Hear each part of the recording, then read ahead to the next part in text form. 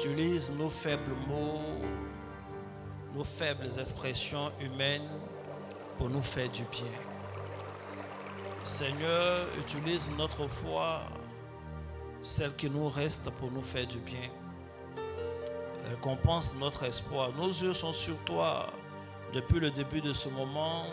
C'est de toi que nous attendons un secours, c'est de toi que nous attendons une visitation, c'est de toi que nous attendons l'octroi de la bénédiction et de la grâce. Tu nous l'as annoncé que nous sommes dans une année où nous devons fructifier, multiplier, dominer. Nous sommes dans les eaux de l'Euphrate, nous sommes sous ta bonne grâce. Ma prière, c'est que personne ne soit excepté d'une telle grâce.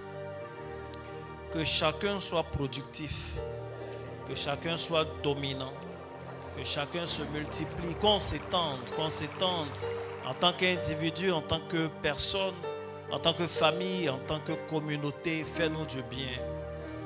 Donne-nous de bons témoignages. Que ta grâce impacte nos vies. Que ta grâce impacte notre année. Je veux prier en ce jour encore. En ce huitième jour de notre moment de jeûne, nous voulons dès maintenant te confier notre mois août 2026. Que du premier jour jusqu'au dernier jour de ce mois d'août 2026, nous soyons bénis par toi. Que toute maladie que l'ennemi avait programmée en ce mois, en cette saison, dès maintenant, soit déprogrammée au nom de Jésus. Que tout accident, toute mauvaise nouvelle, tout licenciement, toute perte d'argent qui avait été programmé dès maintenant, je déclare que cela est déprogrammé au nom de Jésus.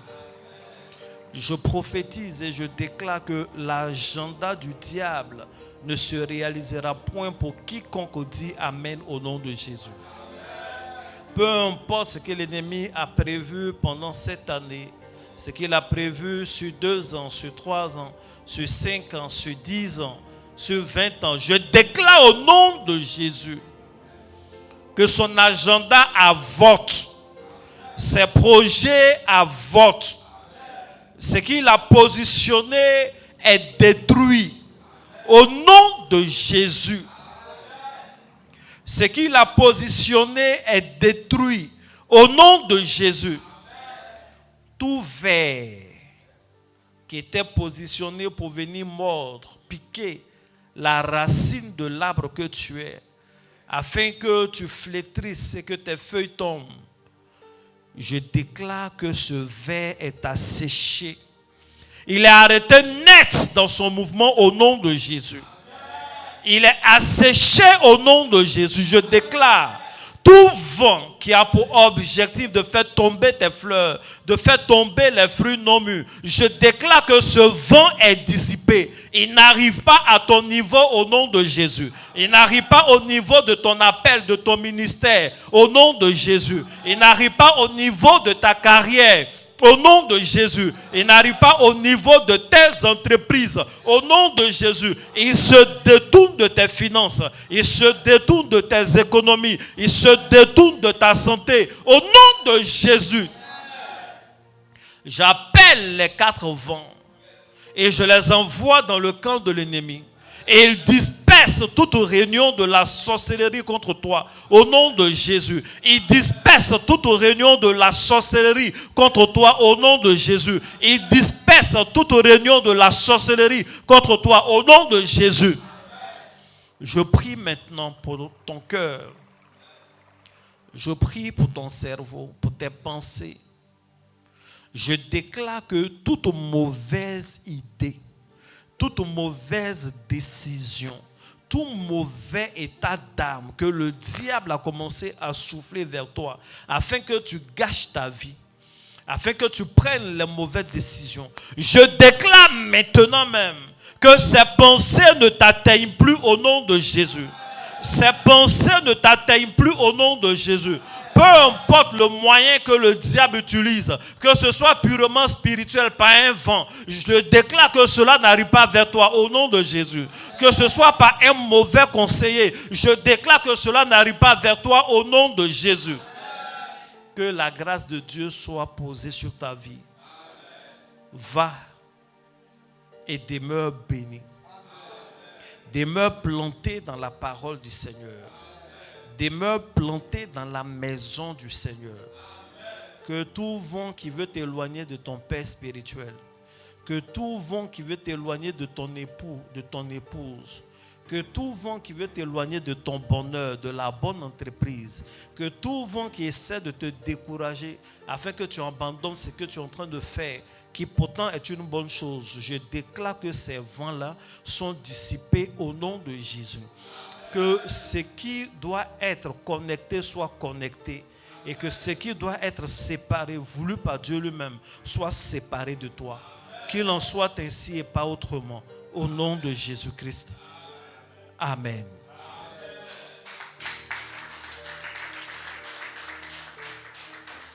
Je vous salue tous dans le nom de notre Seigneur Jésus. Je pense que tu dois partager la vidéo. Il faut mettre en statut, il faut partager dans des groupes sur Internet. Il faut mettre le lien un peu partout. Inviter un frère à regarder, tu peux taguer quelqu'un. Ceux qui habituellement t'envoient des vidéos qui font rire, tu peux leur répondre en envoyant une vidéo qui ne fait pas trop rire, qui est sérieux, mais qui va nous permettre de rire demain. Il y a des choses qui sont essentielles. Envoie la vidéo à un frère avec qui tu parles de business. Ça va lui faire du bien. Envoie ça à une soeur à qui tu donnes souvent des conseils dans son foyer. Aujourd'hui, laisse Dieu lui parler. Envoie ça à tes bons petits du quartier. Envoie à tes bons petits. Il y a un vieux père à qui tu peux envoyer.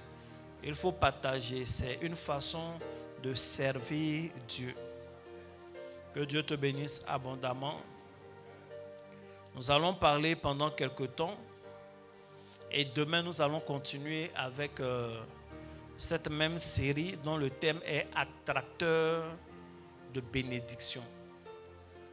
Et sincèrement, il faut prendre toutes les dispositions possibles pour être là le vendredi.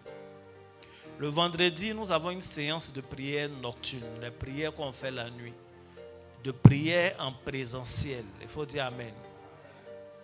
On va parler et on va prier sérieusement. C'est notre première séance de prière nocturne de toute l'année. On commence comme ça, on commence à la veille de la pleine lune. C'est une bonne chose. Et on vous a déjà enseigné que la pleine lune correspond à une saison d'ovulation. La pleine lune correspond à une saison d'ovulation, une période d'ovulation. C'est une période où les bonnes choses peuvent prendre forme et vont prendre forme dans le système spirituel. En réalité, le cycle lunaire correspond à un cycle de la femme, un cycle parfait. Le cycle de la lune dure 28 jours. Du premier au dernier jour, ça dure 28 jours. Et c'est au milieu, c'est-à-dire vers le 14e jour, que nous sommes dans la période de la pleine lune. Et effectivement, la forme que la lune va prendre, elle sera pleine. Elle est pleine pour permettre à des gens d'être pleins. Elle est pleine pour permettre à des femmes d'être pleines. Et même en deçà des femmes pour permettre aux mammifères d'être pleines. Si vous avez remarqué, pour ceux qui sont dans le quartier où cela est possible, dans les périodes de pleine lune, quand vous sortez, il y a beaucoup de chiens, de chiennes qui subitement sont en chaleur. À tous les carrefours, ils sont là. On a l'impression qu'elles toutes, leur cycle est réglé de la même façon. Mais la lune a une certaine influence. Et cette influence est sur toute la planète. C'est une bonne période pour féconder. Je ne sais pas ce que tu veux féconder, mais moi je veux. Je veux beaucoup de bénédictions. Je veux la grâce. Je veux porter des fruits. Non seulement je le veux moi-même, mais en plus, c'est un ordre de mon Père, c'est un ordre de Dieu. Il dit fructifier, multiplier, dominer. Il nous a dit ça. C'est notre cahier de charge. Et avant de nous donner tous ces ordres, il a créé tout le système, l'écosystème physique et spirituel dans lequel on doit être, y compris la position des luminaires, leur cycle, leurs activités, leur influence. Donc, quelqu'un qui est spirituel, quelqu'un qui sait comprendre ces choses-là, saura que la prière que nous allons faire le 30 là, c'est pas du jeu. Amen. C'est pas du jeu. Donc, c'est le vendredi 30. C'est le dernier jour de notre jeûne. C'est, comment on appelle? La fin du jeûne, c'est l'apothéose. Et c'est la grande nuit du basculement.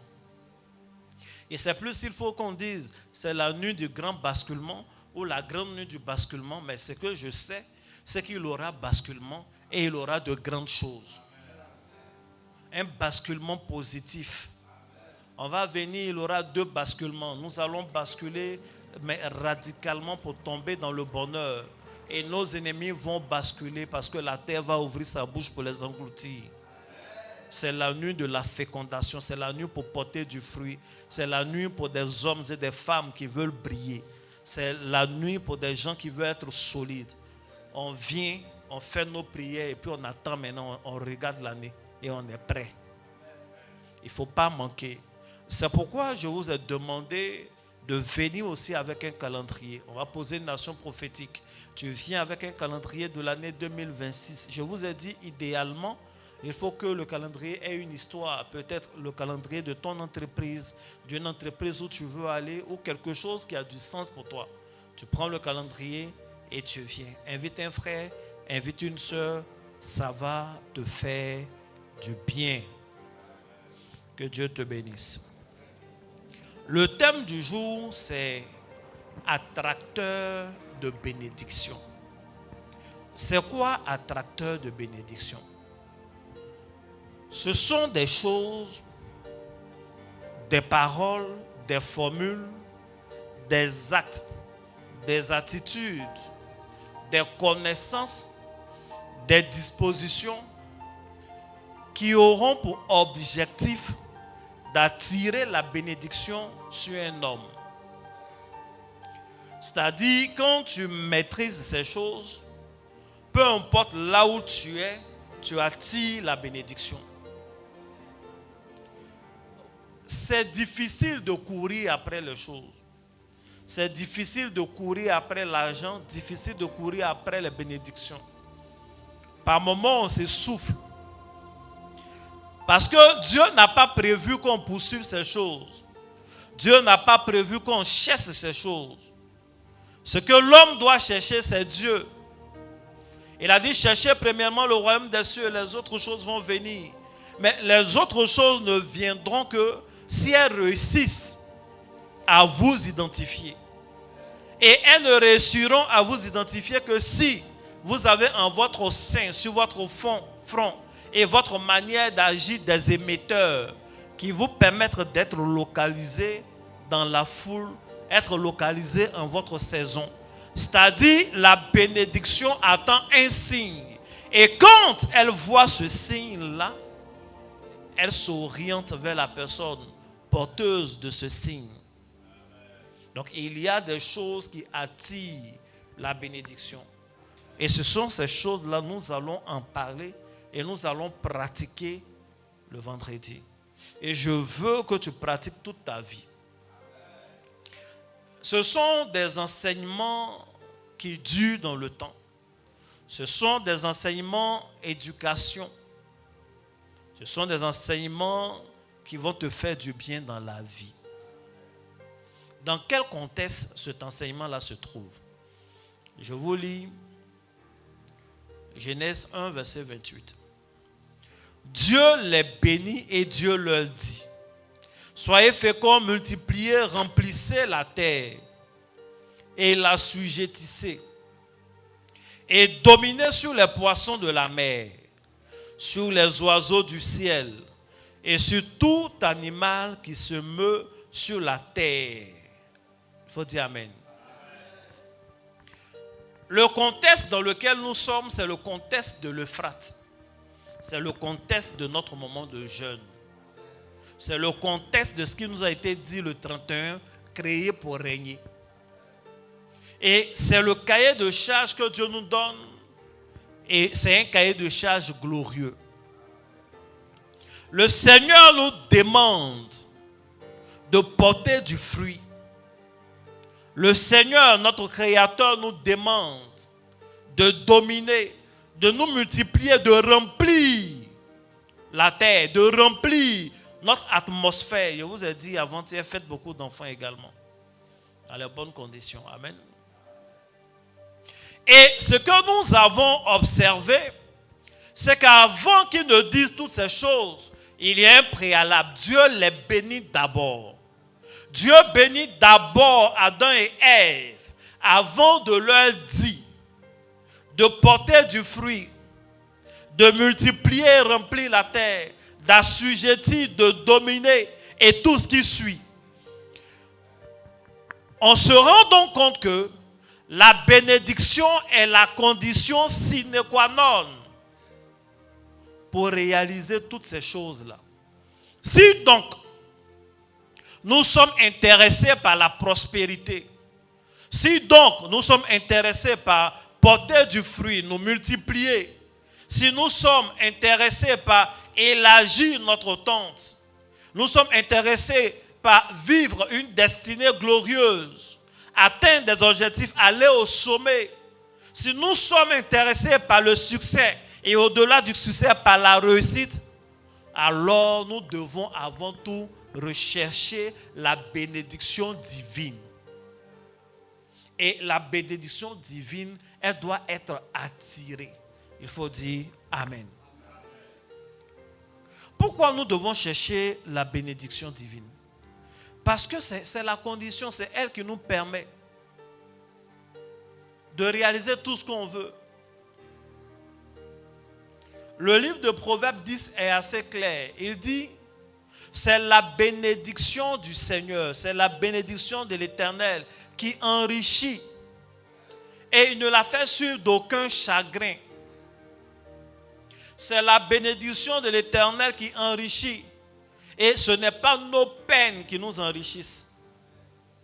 Je vous ai déjà dit que si c'était une histoire de tu mangeras la sueur de ton front, donc celui qui transpire le plus, c'est lui qui va beaucoup manger. Il n'aurait pas d'homme plus riche que les Otrotigi. Ceux qui poussent les brouettes et autres. Il y a des gens qui sont capables de pousser le même chargement qu'une bâchée. Mais je ne suis pas ceux qui sont les plus riches. Pourtant, ils transpirent. Ils transpirent beaucoup. Que Dieu te bénisse. Il faut transpirer, mais il faut transpirer justement. Et il faut transpirer sous la bénédiction de Dieu. D'ailleurs, pourquoi même trop transpirer? Ce n'est pas un appel à la paresse, mais j'ouvre tes yeux sur la nécessité d'avoir la bénédiction. Parce que beaucoup d'efforts sans la bénédiction divine, il n'y a pas de réconfort. Mais l'effort dans un contexte de bénédiction aboutit toujours à un réconfort. Et on finit par être dans le confort. Mais beaucoup d'efforts, sans la bénédiction, on demeure dans l'inconfort. Peut-être que tout Eiffel va chanter ça. Elle est fort, inconfort. Rapivoire. Il faut dire Amen. Non, mais c'est la réalité. C'est la bénédiction qui fait tout.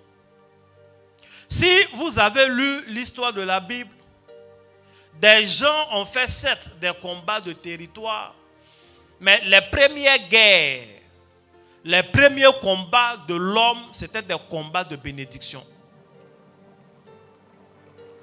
Lorsque Caïn a vu qu'Abel avait été béni parce que son offrande agréée, il a senti que ce Abel-là va le dépasser dans la vie. La Bible dit que Dieu a agréé l'offrande d'Abel. On n'a pas dit qu'il lui a donné l'argent. On n'a pas dit qu'il lui a donné une maison, une femme, une famille riche, rien. Mais Caïn déjà naturellement savait que la bénédiction de l'Éternel qui est tombée sur Abel fera qu'il va avoir une différence nette entre les deux. Il y a une grande différence entre celui qui est béni et celui qui n'est pas béni. Et nous voulons marquer notre temps. Nous voulons marquer notre époque. Nous voulons marquer nos générations. C'est pourquoi nous sommes en quête de bénédiction. Celle qui vient de Dieu. Pour ce faire, on a besoin de savoir d'où vient la bénédiction et surtout comment on peut attirer cette bénédiction-là. Il faut dire Amen. La bénédiction est extraordinaire. La bénédiction, c'est une puissance. C'est une puissance divine, une puissance extraordinaire. Quand elle se pose sur un homme, tout ce qu'il fait lui réussit. C'est la bénédiction qui est cette entité, quand elle marche avec quelqu'un, elle permet à la personne de réussir.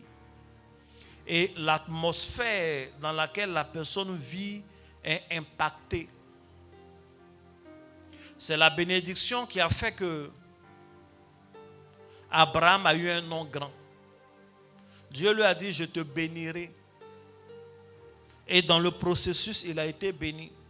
Et jusqu'à aujourd'hui, des milliers d'années après, Abraham a encore des enfants. Parce que tous ceux qui sont dans la foi, en un Dieu unique, sont considérés comme fils d'Abraham. Tout ceci est le fruit de la bénédiction. C'est la bénédiction qui a fait que, même en plein désert, en plein sécheresse, partout où Isaac creusait, il trouvait de l'eau.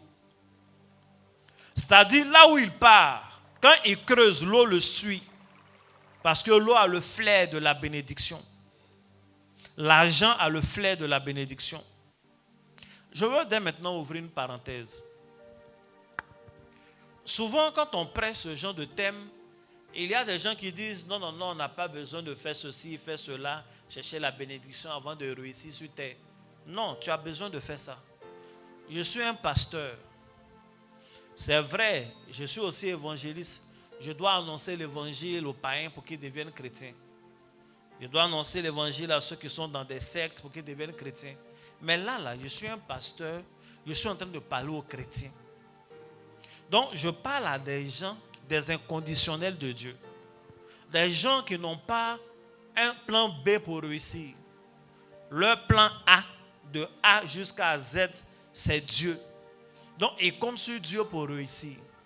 Ce sont les principes divins que j'enseigne. Donc, si dans ton quartier, il y a quelqu'un qui commet des infamies, qui est dans des rituels bizarres, qui vit une vie qui est complètement le contraire de ce qui est dans la Bible et que quand même il a l'argent, ce n'est pas de sa bénédiction là qu'on parle. Parce que mon ambition n'est pas que tu lui ressembles. Tu ne sais pas sa destination finale. Ensuite, tu ne sais même pas ce qu'il vit dans le secret. Moi, j'enseigne des principes qui vont te permettre d'être béni spirituellement, être béni socialement. Tu as l'argent et puis tu dors quand même. Il n'y a pas de cauchemar derrière. Il n'y a pas un truc qui sort la nuit pour dire, ah, donne-moi ton enfant. 2 jours là, tu as eu beaucoup d'argent, non? Ou bien donne un pied, donne ton orteil. Ou bien vends-moi ton sommeil. Ou bien donne-moi ta puissance masculine. C'est-à-dire tu as l'argent mais tu ne bandes pas. Ça sert à quoi? On est en jeune, c'est quelle manière de parler ça? Il n'aime pas ça. Parlez à votre orateur là. Excusez-moi, je ne sais pas ce qui m'a pris. Mais oui, ça ne sert à rien. Il y a un gars qui dit, sincèrement, lui, s'il a atteint et qu'il devient impuissant sexuellement, c'est des jeunes qui causaient. S'il devient impuissant sexuellement, il va aller au Nigeria pour vendre son âme au diable, pour avoir l'argent, il va distribuer à sa famille parce que ça ne sert à rien. Et puis son ami lui dit, si tu es impuissant, que tu vas vendre ton âme, ça va sortir faux billet. Le diable, là, il trie, il dit non, lui là. Donc, il va prendre, mais ça va sortir faux billet. Que Dieu te bénisse. Est-ce que je suis en train de parler à quelqu'un? Donc, je parle à nous des inconditionnels de Dieu. Qui avons des rêves, on veut être puissants, on veut avoir beaucoup de choses, mais pas en dehors des plans de Dieu, pas en dehors de ce que le Seigneur nous permet, pas en dehors de son amour. Parce qu'on considère et on croit que ça ne sert à rien de gagner tout le monde et perdre son âme. Mais on croit aussi que pour gagner tout le monde, on n'est pas obligé de perdre son âme. C'est pourquoi nous enseignons les principes divins. Et si ce n'est pas Dieu que tu veux avoir ta prospérité, Si ce n'est pas Dieu que tu veux atteindre tes objectifs, il te faut sa bénédiction. Il te faut cette onction-là.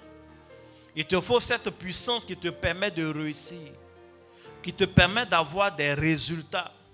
Il te faut son approbation.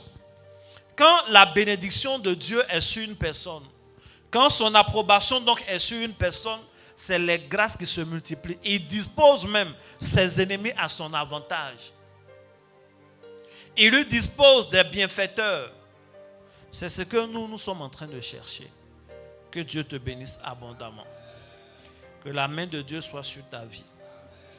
Donc, nous allons parler des attracteurs de la bénédiction.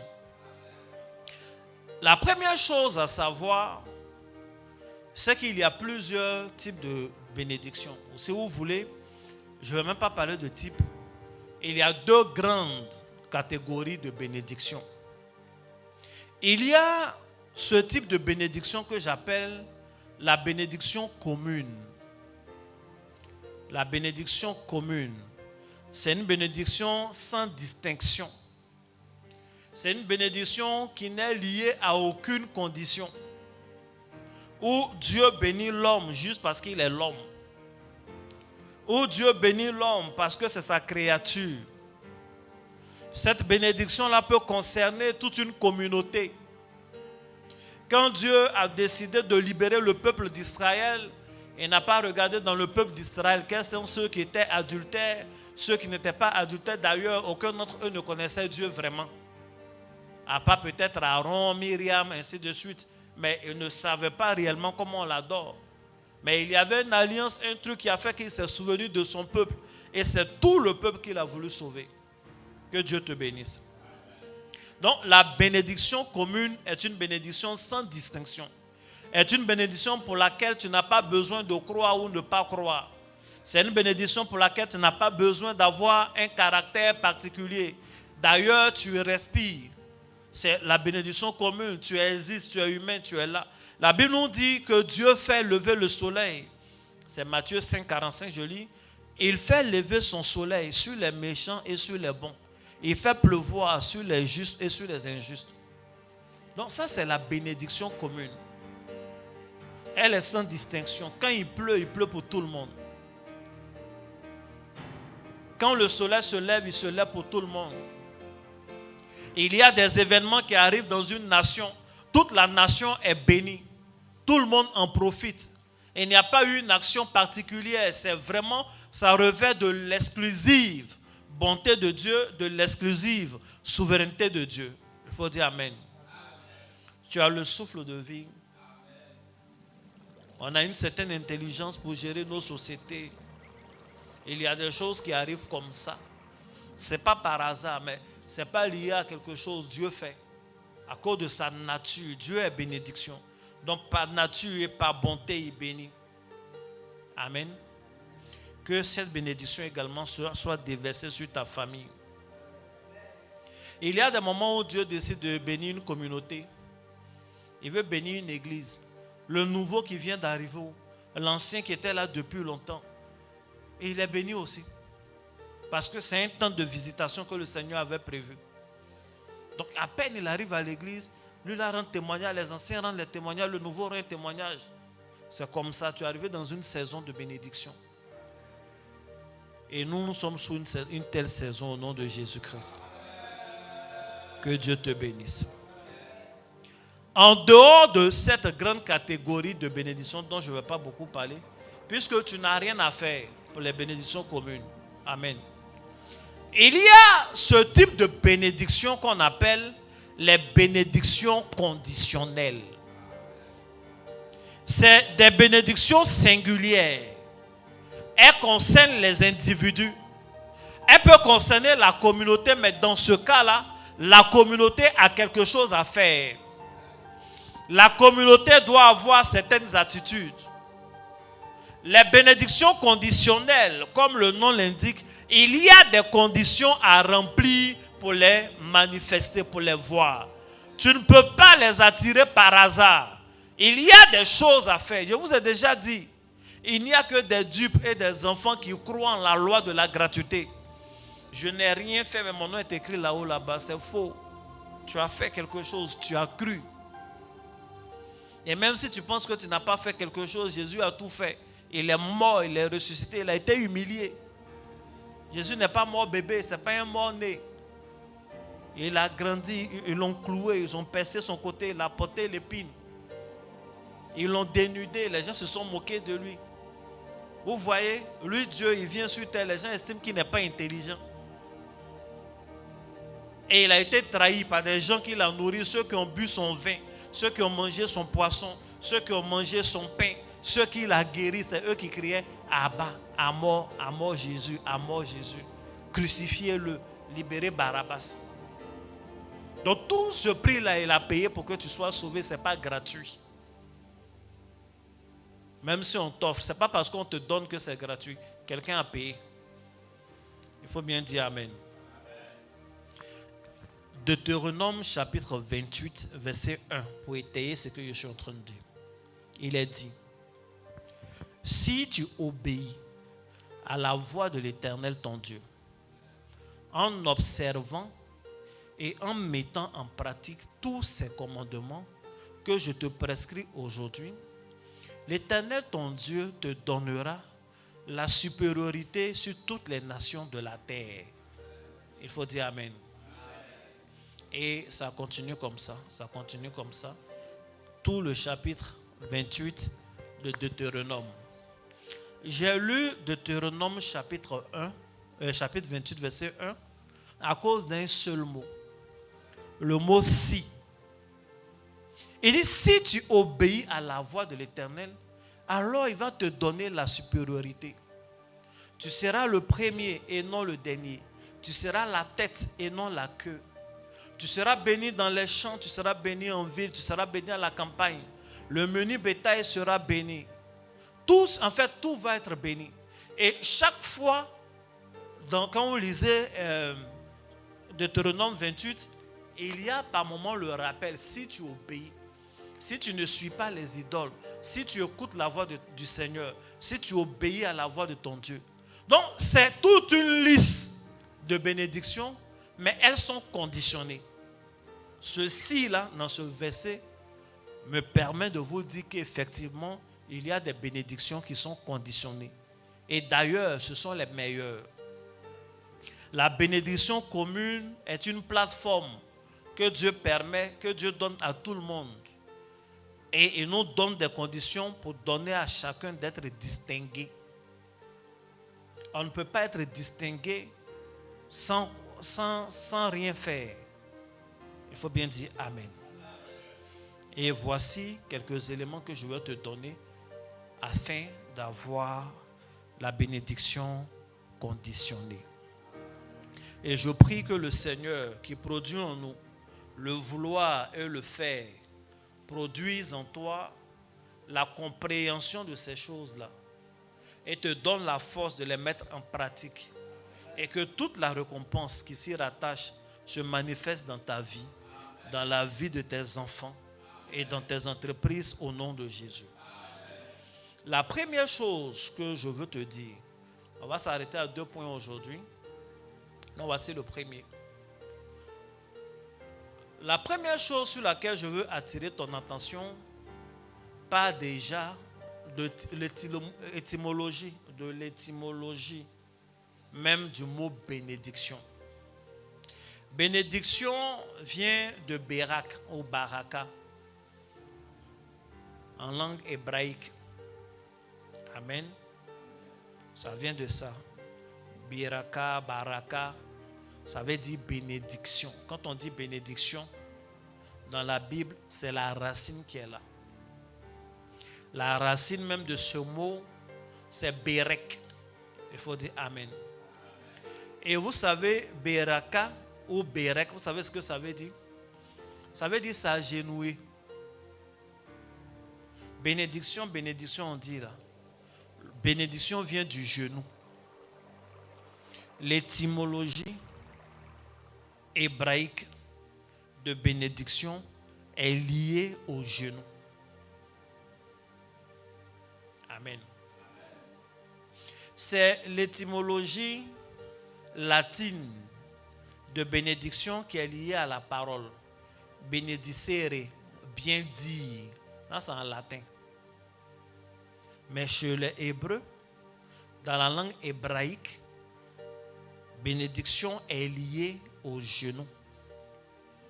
Je répète parce que si tu mets dans ta tête que bénédiction vient de genou et que tu n'oublies pas, j'ai atteint mon objectif du jour. C'est ce que je suis venu te dire aujourd'hui, au jour 1. Ce qui veut dire qu'en réalité, le premier attracteur de la bénédiction, ce sont tes genoux.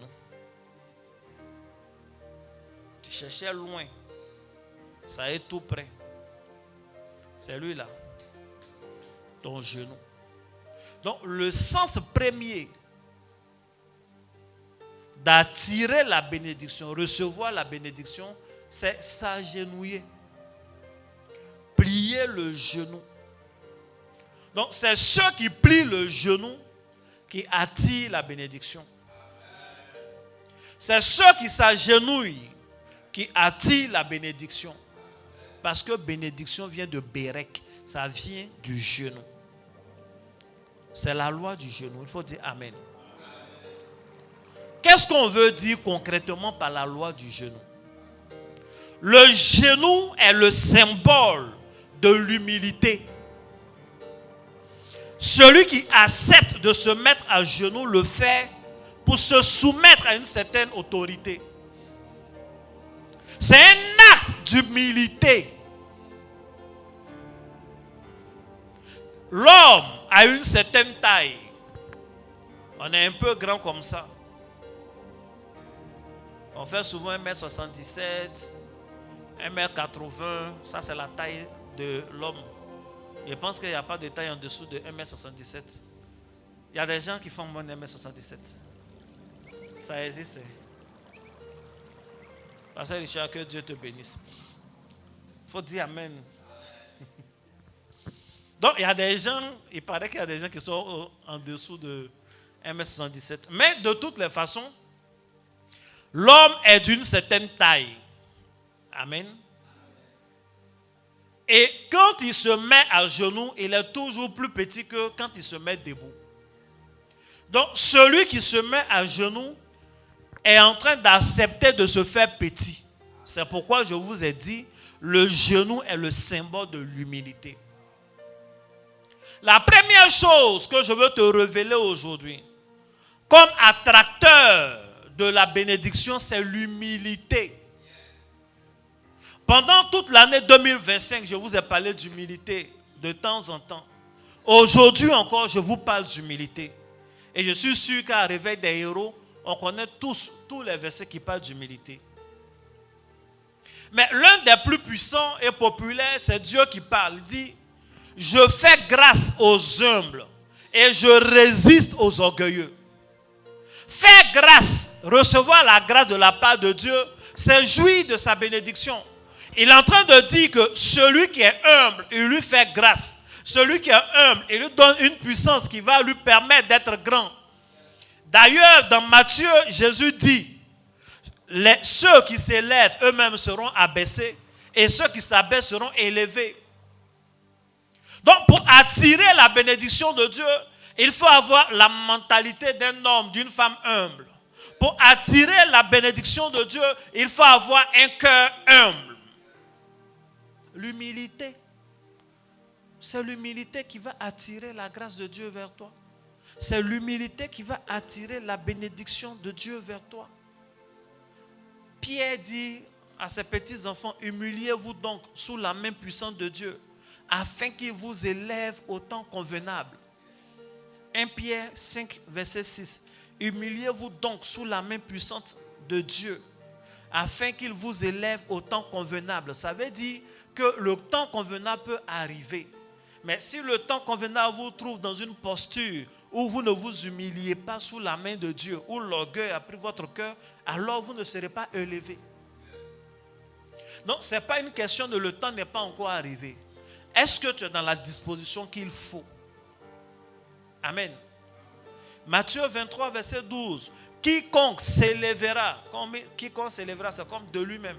Quiconque s'élèvera sera abaissé. Et quiconque s'abaissera sera élevé. C'est Jésus qui parle comme ça. Il enseigne clairement.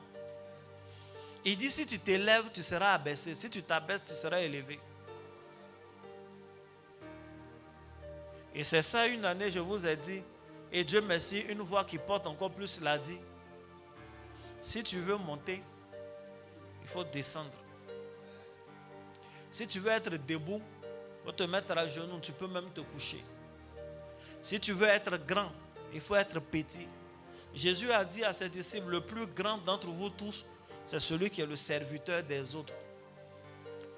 Or, eux tous, ils ont le même titre. Il n'y a pas un qui est plus apôtre que l'autre.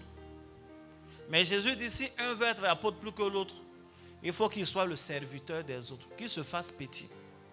C'est quand tu te fais petit que Dieu lui-même il t'élève. Il faut dire Amen. C'est quand tu te fais petit, tu te fais simple, c'est là que Dieu t'élève. Il y a des gens, c'est l'orgueil qui leur a fermé des portes. Quand le diable veut gâter ta carrière, il commence à te rappeler que tu es plus âgé que ton boss. Il commence à te rappeler que vrai, c'est parce que c'est au travail. Sinon, le patron là même, tu es plus âgé que lui. Donc, chaque fois qu'il te donne des ordres maintenant, ton cœur n'accepte pas trop. Tu sais, quand l'humilité est déjà touchée, tu fais des actes, tu ne t'en rends pas compte. Tu estimes qu'il t'envoie, qu'il te donne des charges. Souvent même, tu vas jusqu'à dire oui, peut-être même que tu es plus diplômé que lui. Il y en a qui disent oui, c'est vrai. C'est le boss, il a un master, mais c'est un master de l'année 2000. Moi, j'ai eu une licence en 1980. Notre licence n'était plus puissante. Maintenant, l'école, là, c'est n'importe quoi. C'est pourquoi un enfant comme ça, le master, on dit, il est mon patron. En attendant, il est ton patron. Il faut avoir le cœur humble. Il faut t'abaisser. Dieu va t'élever. Quand le diable veut te déconnecter de la bénédiction de la source spirituelle, il commence à te mettre des questions dans la tête. Est-ce que notre pasteur principal là même là, il ne me suis pas converti avant lui-même? Est-ce que lui, en quelle année il était à l'école même pastorale? Moi, on m'a baptisé quand même en 1924. Alors qu'en 1924, est-ce que lui il était né? C'est-à-dire toi on t'a baptisé avant l'indépendance.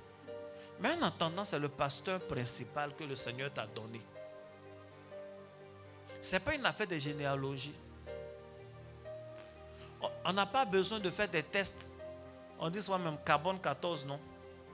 Il y a un test pour voir l'âge des os des dinosaures. Là. Tu n'as pas besoin de faire test de carbone 14 sur la foi de ton pasteur. C'est ton pasteur.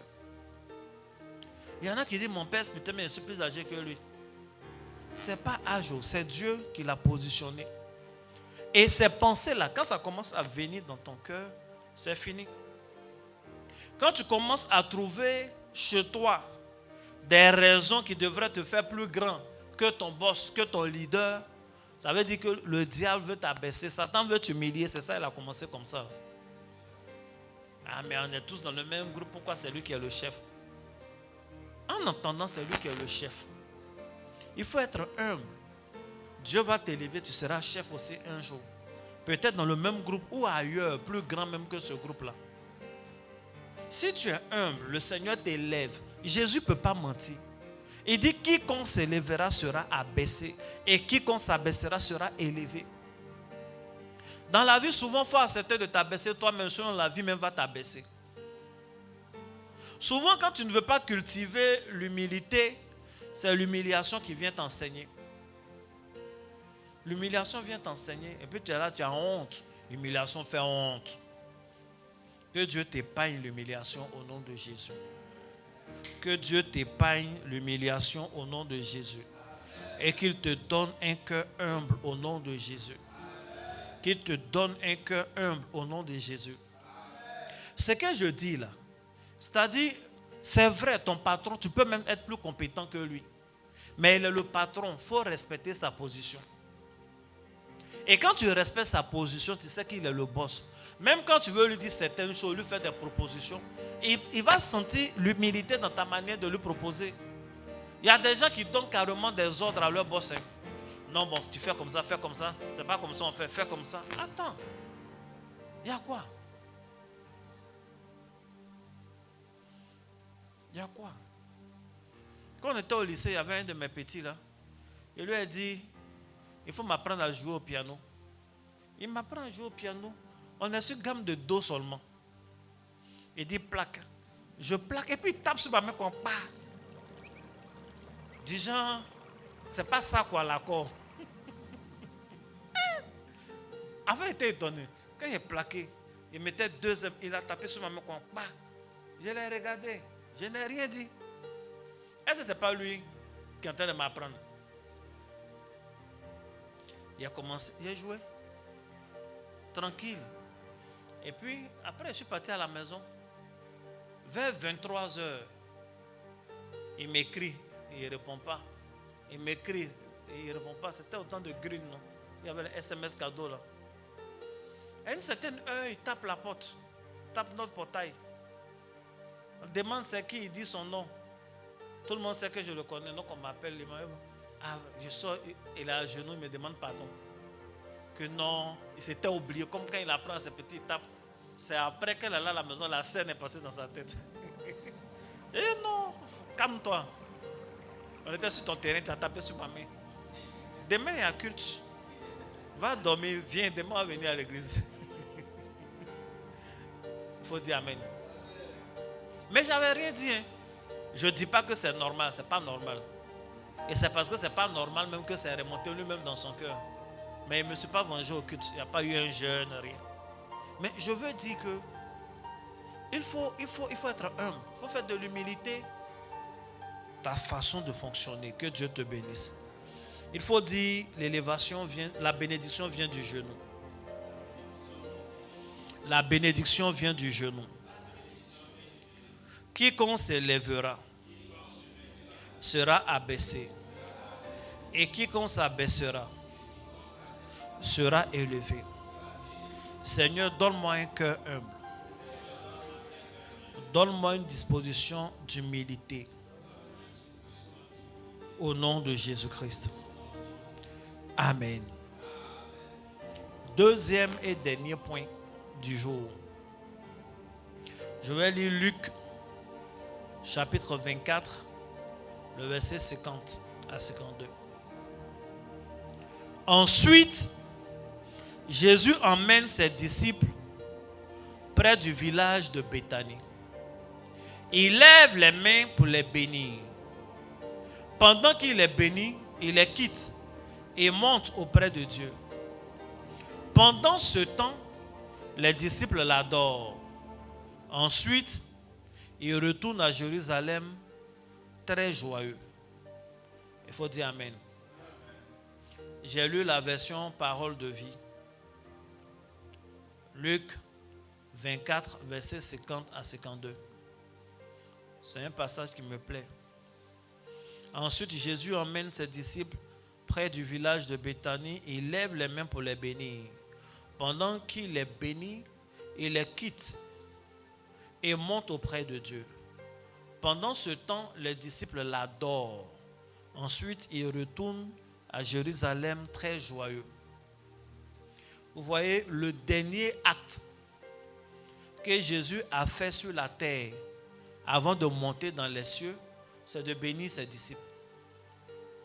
Vous voyez l'importance de la bénédiction. Il a fait plein de miracles. Il est mort, il est ressuscité. Il a démontré que c'est vraiment lui qui est ressuscité. Il leur a promis le Saint-Esprit. Que le Saint-Esprit va venir tout ça. Mais en partant, il est béni. Parce qu'il sait que sans la bénédiction, on ne peut pas avoir le succès. Sans la bénédiction, on ne peut pas réussir. S'il n'avait pas béni ses disciples ce jour-là, même le petit temps d'attente, ça n'allait pas avoir lieu. Ils allaient se disperser, ils n'allaient pas là à Jérusalem. Ils n'allaient pas croire, la foi allait quitter le cœur de certains. Peut-être ça allait être des disputes entre eux. Donc le dernier acte qu'il fait, il est béni. Et pendant qu'il est béni, eux, qu'est-ce qu'ils font? Ils adorent. Ils adorent qui? Ils adorent qui? Ah, quelqu'un répond quand même. Je regarde dans les commentaires. Les disciples adorent qui?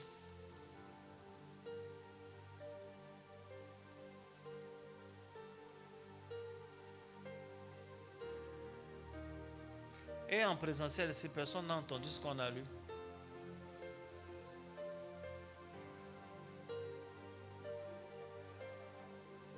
Non, il ne faut pas lire, il faut répondre à la question. Ils adorent qui?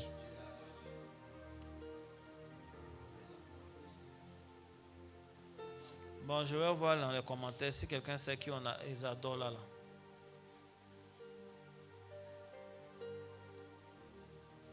Eric a dit Dieu. La réponse n'est pas précise. Maman Angelsia, merci beaucoup. C'est évident, c'est écrit. Frédéric, merci.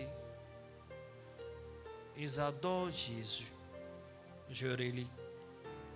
Ensuite, Jésus amène ses disciples près du village de Béthanie. Jésus, lève les mains pour les bénir. Laisse les disciples. Pendant qu'il les bénit, il les quitte. Tout ça, c'est Jésus. Et monte auprès de Dieu. Pendant ce temps, les disciples l'adorent. Ensuite, il retourne à Jérusalem très joyeux. Donc, les disciples adorent Jésus qui est en train de les bénir. Amen. J'insiste un peu dessus parce que il y a certaines personnes qui disent non, aujourd'hui à l'église, les gens ont dévié, ils adorent Jésus, alors que dans la Bible, personne n'a jamais adoré Jésus. Vous voyez comment des fois c'est fou? Que Jésus est venu nous montrer le chemin. Il dit, tu adoreras l'Éternel, ton Dieu, lui seul. Jésus n'est pas Dieu, il n'a aucune divinité, il ne mérite pas qu'on l'adore. Les disciples étaient en train de l'adorer. Ils ont fini de l'adorer, ils sont allés chanter. À Jérusalem, le Saint-Esprit est venu. Qu'est-ce que toi tu as compris que Pierre n'a pas compris et puis il adorait Jésus ce jour-là? Qu'est-ce que toi tu as compris que l'apôtre Jean, que Thomas, que toutes ces personnes, ces femmes-là n'ont pas compris? Toi tu as trop compris, tu dis on n'adore pas Jésus. Donc tous les cantiques où on dit le nom de Jésus, c'est donc qu'on adore. Il y a certaines communautés où on ne chante pas là-bas. Ne vous laissez pas complexer. Adorez Jésus, car il est Seigneur. Il faut dire Amen. Le deuxième facteur, le deuxième attracteur de bénédiction qui est aussi lié au genou, c'est l'adoration. L'adoration est symbole d'humilité et le genou est symbole d'humilité. Le genou est également symbole d'adoration. Quand les gens se prosternent, quand les gens se mettent à genoux, c'est pour adorer Dieu. Les personnes qui veulent attirer la bénédiction de Dieu doivent être de vrais adorateurs. Si tu veux recevoir la bénédiction de Dieu, si tu veux vivre la bénédiction de Dieu, il faut passer du temps dans l'adoration.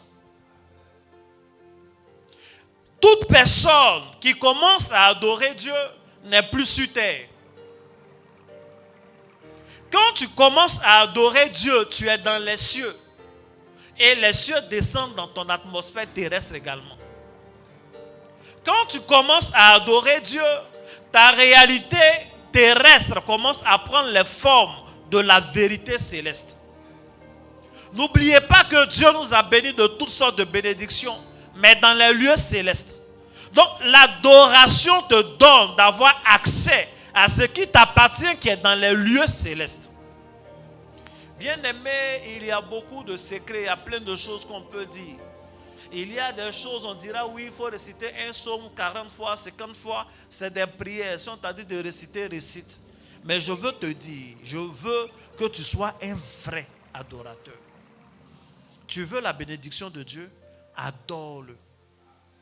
Ne passe pas des journées sans adorer Dieu.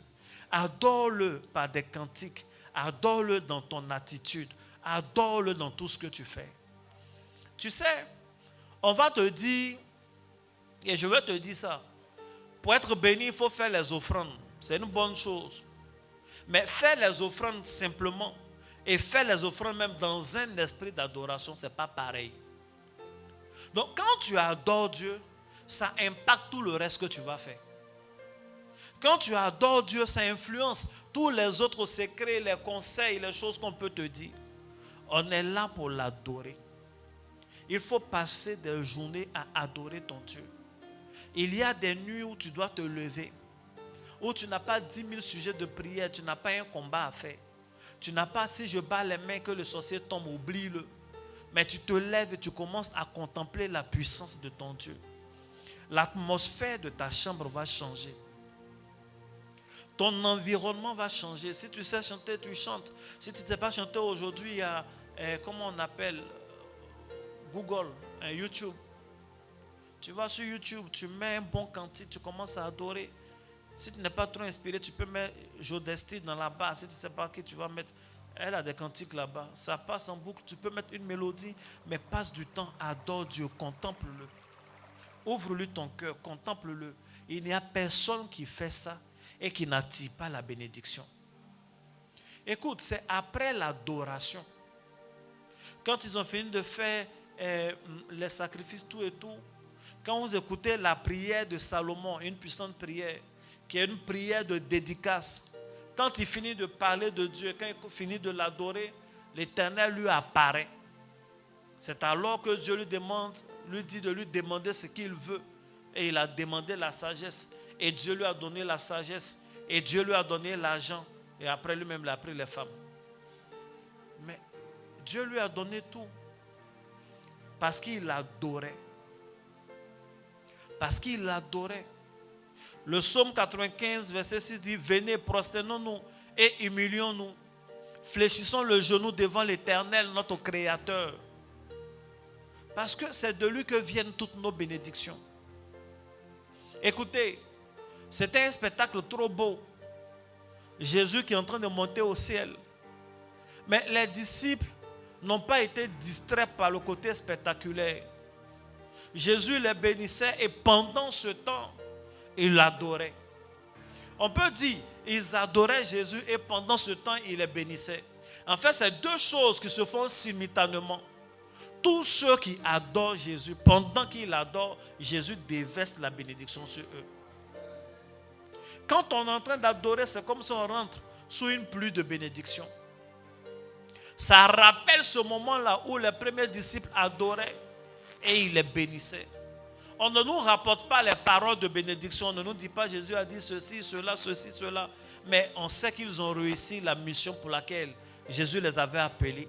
Tu veux réussir dans la vie, tu veux réussir dans tes projets, tu veux réussir ta destinée. Il faut être un adorateur. Peut-être que ce que je dis n'est pas suffisamment mystérieux pour toi. Ce n'est pas suffisamment mystérieux pour te donner la chair de poule. Mais c'est suffisamment puissant pour que tu sois béni. N'oublie pas, la bénédiction vient du genou. La bénédiction vient du genou. Dans une posture, adore Dieu. Pendant ce moment de jeûne, adore Dieu. Pendant que nous sommes au début de l'année, adore Dieu. Je ne dis pas d'oublier les autres sujets, mais il faut privilégier l'adoration. Ça va t'attirer la bénédiction. Les versets sont multiples. Les versets sont multiples. Les rois qui ont marché dans les pas du Seigneur et qui ont vu leur trône, leur couronne être affermis sont des rois qui ont restauré l'adoration de Dieu en Israël. Dès que quelqu'un commence à instituer l'adoration sous son règne, le Seigneur avec lui le bénit. Adore Dieu. Apprends à tes enfants à adorer Dieu. Apprends à ton épouse, à ton époux à adorer Dieu. Vous deux, mettez-vous ensemble, adorez Dieu. Je parle aux responsables de département. Quand vous faites vos réunions de répétition, passez du temps à adorer Dieu, pas juste pour la chanson. Vous allez venir nous faire chanter, alléluia, mais vous-même, adorez Dieu. La répétition dure combien de temps? 2 heures, 3 heures. Prenez 30 minutes, c'est un temps de prière pour vous-même. Vous êtes des chantres, adorez Dieu. Ça n'a rien à voir avec la chanson que vous allez mettre sur la liste, que vous allez chanter. Si vous le faites, votre groupe musical sera forcément prophétique. Votre groupe musical sera forcément prophétique. Je parle au département de communication. Ce que vous faites avec la caméra, c'est extraordinaire. Vous faites l'œuvre de Dieu. Et Dieu vous bénira pour ça. Dieu vous bénit toujours pour ça. Mais augmentez, ou bien ça vous suffit. Augmentez. Quand vous venez faire vos réunions, ne commencez pas toujours par bon. Envoyez le câble et HDMI là. Bon, maintenant on va changer le port. Il y a un port SDI ici. Ouais, c'est bien. Mais adorez un peu. Attrapez-vous les mains, priez. Si vous avez une belle voix, alléluia. Sinon, chantez, priez quand même. Adorez Dieu.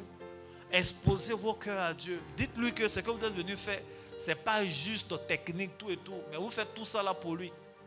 Et vous-même, vous devez mieux adorer Dieu. Personnellement, quand vous vous retrouvez, parce qu'en général, pendant le culte, vous n'adorez pas vraiment au sens commun du thème. Au contraire, quand les autres sont en train d'adorer, vous prenez la caméra, vous mettez dans leur narine, vous reculez, vous zoomez. Parce que vous êtes en train de travailler. Et vous devez le faire. Vous devez travailler. Donc, votre culte même doit se faire avant pour nous. Ou bien, adorez Dieu. Les moments de la cuisine, adorez Dieu. Si tu es une personne, ce qui y a des prophéties, il faut savoir que ton allié doit être l'adoration. Si on t'a dit que cette année, Dieu va te bénir, Dieu va t'élever, tu vas atteindre des positions élevées, commence par te mettre à genoux dans l'humilité. Commence à te mettre à genoux, à te prosterner dans l'adoration. Voici les 2 attracteurs que le Seigneur m'a mis à cœur de te révéler en ce jour. Je suis convaincu que c'est des choses que tu savais. Mais le Seigneur m'a dit de te dire, non, je te dis. Je veux juste que tu retiennes que la bénédiction vient du genou. Si aujourd'hui tu as retenu que la bénédiction vient du genou, tu n'oublieras pas tout le reste qui a été dit. Et chaque fois tu verras, est-ce que je suis en train de pratiquer l'humilité? Est-ce que je suis un adorateur, une adoratrice? Quand la réponse sera oui, cela va quantifier et qualifier encore la bénédiction que le Seigneur te donne. Que Dieu te bénisse. Je célèbre et je bénis le nom du Seigneur. Je lui rends grâce, que son nom soit béni. J'espère que cette nuit, tu vas prendre un temps que tu vas adorer Dieu. J'espère que demain matin, tu vas prendre un temps, tu vas adorer Dieu. Tu peux commencer à 5 heures, tu adores Dieu 30 minutes, 5h30. Tu nous prends dans la prière, on continue. Vis comme ça et tu verras la différence cette année. Que Dieu te bénisse, que sa main soit sur ta vie. N'oublie pas de faire ton offrande sur les différents numéros qui sont là. Et continue de prier. Et demain à 5h30, sois connecté. Informe les autres qui n'ont pas entendu dès le départ que le vendredi, c'est la grande nuit du basculement. On vient avec nos calendriers, nous allons faire des prières puissantes. Que Dieu te bénisse. Shalom.